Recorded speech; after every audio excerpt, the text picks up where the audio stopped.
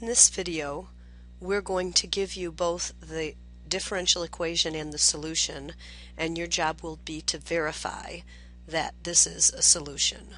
And so we want to make sure that you recognize this is not the same as what we did in the last video, which was finding solutions. So in this video, we're going to start with the solution, and then we're going to take the derivative of it and show that the derivative of this solution is the differential equation.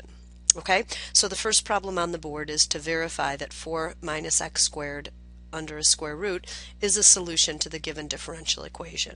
So here's what we do. We start out by taking the derivative of the solution.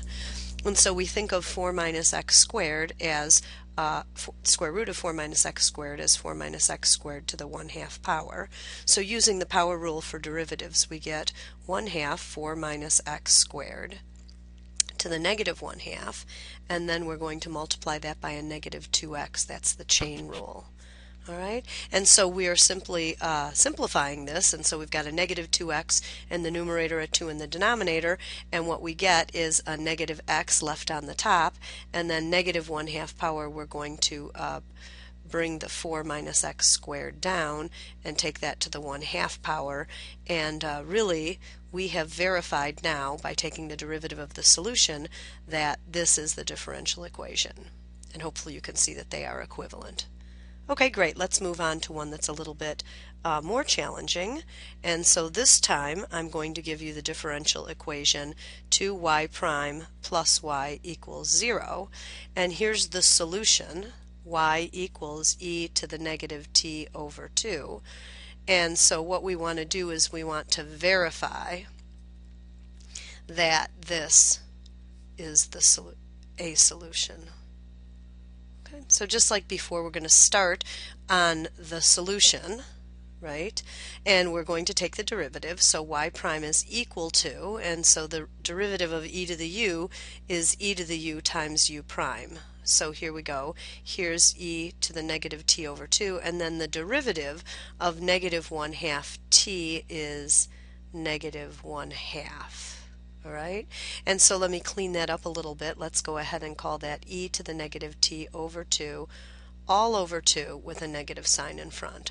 And so that is the derivative of the solution. So now this time it's not quite as apparent as it was last time that this is a solution. So what we're going to do is we're going to go back and replace the y prime with the derivative we found, and we're going to replace the y with the original y and see if we don't get 0. So now we're ready to work on the differential equation side. So we're going to take 2, and instead of y prime I'm going to put in negative e to the negative t over 2 over 2, and then I'm going to add to that what y is equal to, which is e to the negative t over 2, and what I want to know is that equal to 0? So nice thing here, these are going to cancel, and so negative e to the negative t over 2 and adding e to the negative t over 2, like terms, they're opposite, and they do equal 0.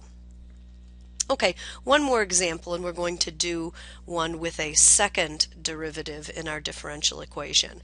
So this time we're going to verify that y equals x to the 4th is a solution of the differential equation y double prime minus 12 x to the negative 2y is equal to 0.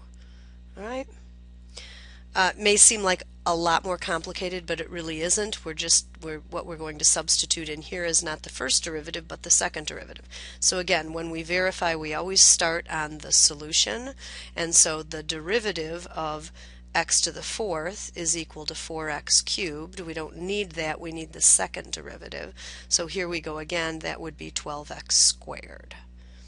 And so we're going to replace the y squared with 12x squared and replace the y with the original equation, and let's see if we get 0. Okay, here we go. 12x squared is the y double prime, and we're going to subtract 12 x to the negative 2, and instead of y we'll put in x to the 4th. All right, and so remembering our exponent rules, x to the negative 2 times x to the 4, we add those exponents, and sure enough, like terms, the opposite, they add to 0. All right, so that is verifying solutions to differential equations. Just make sure that when you verify, you don't confuse this with what we did in the last video, which was starting with the differential equation and doing the procedure of separating, integrating, and solving. All right, so I hope this video helped, and we'll see you in class.